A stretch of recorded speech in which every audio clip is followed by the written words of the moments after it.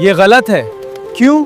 نادان جن کی شان قرآن خود بیان کرتا ہے، وہ اللہ کی رحمت کا وسیلہ ہیں، ان پر نور بارستا ہے۔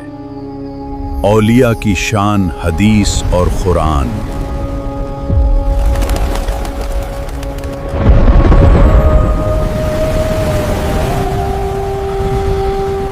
اولیاء اللہ کی شان میں گستاخی ہرگز منع ہے۔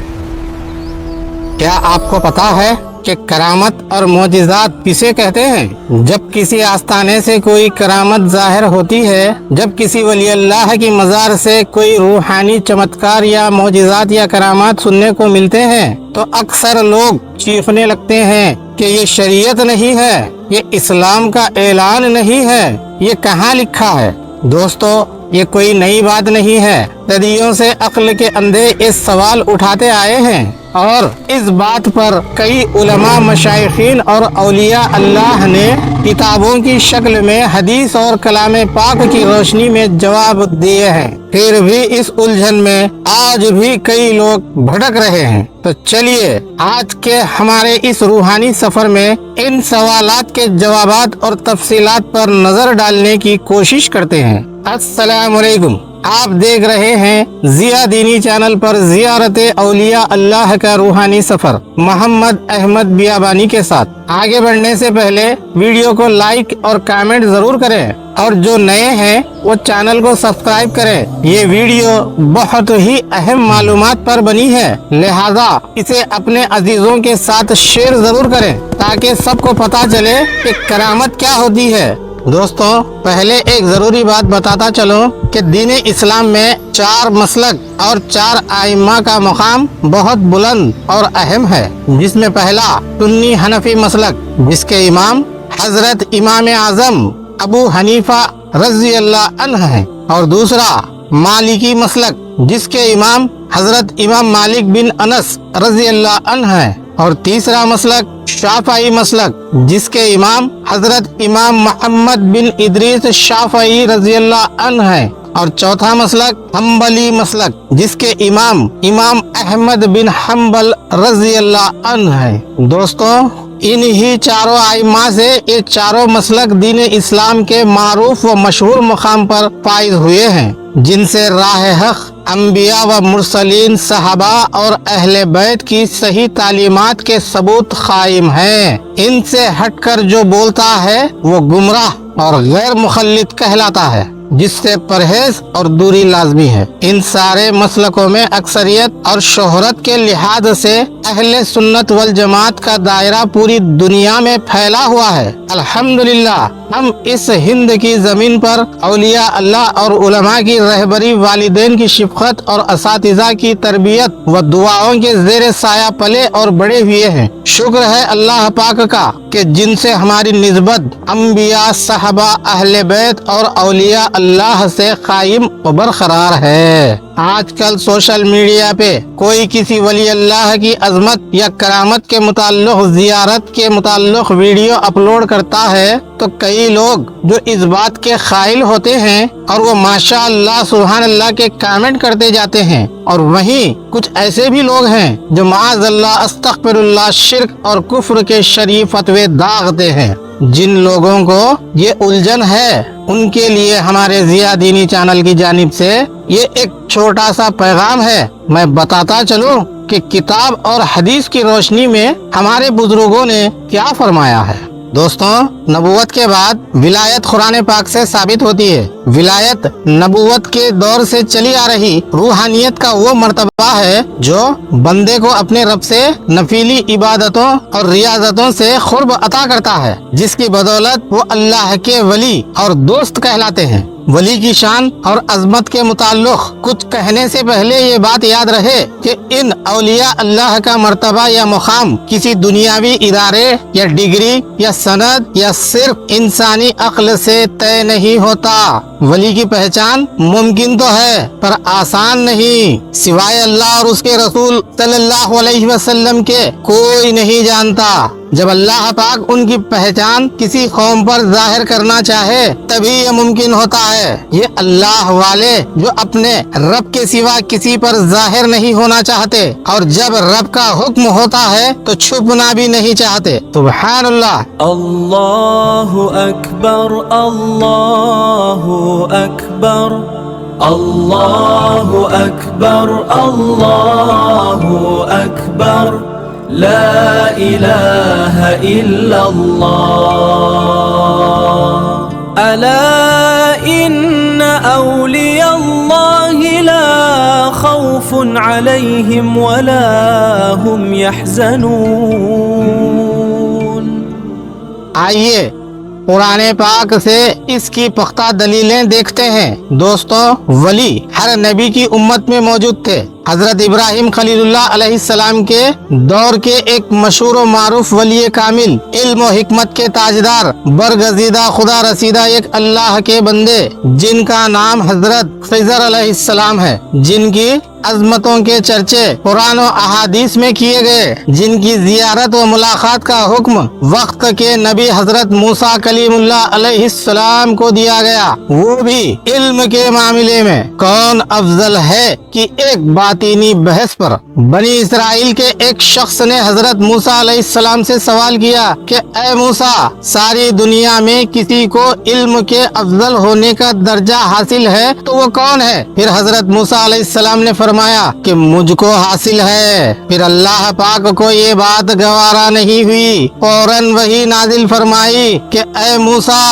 جہاں دو الگ الگ سمندر ملتے ہیں وہاں پر جاؤ، تمہیں میرا ایک ایسا بندہ ملے گا کہ جس کے پاس تم سے بھی زیادہ علم موجود ہے۔ اللہ اکبر۔ سورہ کہف میں اللہ تعالیٰ نے حضرت خضر علیہ السلام کا واقعہ بیان فرمایا کہ حضرت موسیٰ علیہ السلام جیسے اولو العزم نبی ان سے ملاقات کرتے ہیں۔ حضرت خضر علیہ السلام نے کشتی میں سوراخ کیا، ایک لڑکے کو قتل کیا اور گرتی ہوئی دیوار کو سیدھا کیا۔ ظاہری قانون میں یہ باتیں سمجھ نہیں آ رہی تھیں، لیکن خضر علیہ السلام نے کہا کہ یہ ان کا اپنا فعل نہیں بلکہ اللہ کا دیا ہوا علم لدنی ہے۔ سبحان اللہ۔ دوستو، اس بات سے صاف ظاہر ہوتا ہے کہ سوائے اللہ پاک کے کوئی اور علم کی افضلیت یا اکملیت ہونے کا دعویٰ نہیں کر سکتا، اور علم لدنی یا غیب کا علم جو حضرت خضر علیہ السلام کو بفضل تعالی حاصل تھا، جن سے وقت کے نبیوں کو اس بات کا علم ہوا، اور کئی اولیاء اللہ کو یہ علم بفضل تعالی اور خضر علیہ السلام کے ذریعے حاصل بھی ہوا۔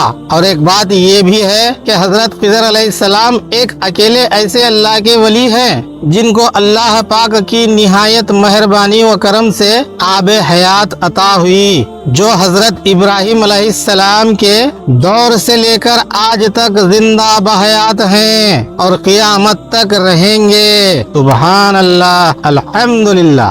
اور اسی سورہ کہف میں اصحاب کہف کا ذکر آتا ہے، جو کوئی نبی نہیں تھے بلکہ اللہ کے نیک بندے تھے۔ اللہ نے انہیں 300 سال سے زیادہ عرصے تک بنا کھائے پیے غار میں زندہ اور سلامت رکھا۔ سورہ ال عمران میں حضرت مریم علیہ السلام کے حجرے میں بنا موسم کے جنتی پھل آتے تھے۔ سورہ النمل میں حضرت سلیمان علیہ السلام کے امتی آصف بن برقیہ نے پلک جھپکتے ہی ملکہ بلقیس کا بھاری تخت ہزاروں میلوں دور سے دربار میں حاضر کیا۔ یہ سب معجزہ نہیں بلکہ ولی کی کرامت کی وہ زندہ قرآنی دلیلیں ہیں جن کو دنیا کا کوئی عالم رد نہیں کر سکتا۔ صحیح بخاری حدیث نمبر 6502 کی حدیث قدسی میں اللہ تعالیٰ خود فرماتا ہے، جب میرا بندہ نفل عبادتوں سے میرا قرب حاصل کرتا ہے تو میں اس کی وہ آنکھ بن جاتا ہوں جس سے وہ دیکھتا ہے، وہ کان بن جاتا ہوں جس سے وہ سنتا ہے، اور وہ ہاتھ بن جاتا ہوں جس سے وہ پکڑتا ہے۔ سبحان اللہ۔ سمجھو اس روحانی سلسلے کو نبوت ظاہر اور باطن دونوں کی سردار ہے، جہاں سے معجزہ نکلتا ہے۔ ولایت نبوت کا روحانی عکس ہے، جہاں سے کرامت نکلتی ہے۔ انسانیت وہ زمین ہے جہاں یہ دونوں نور برساتے ہیں، یہیں سے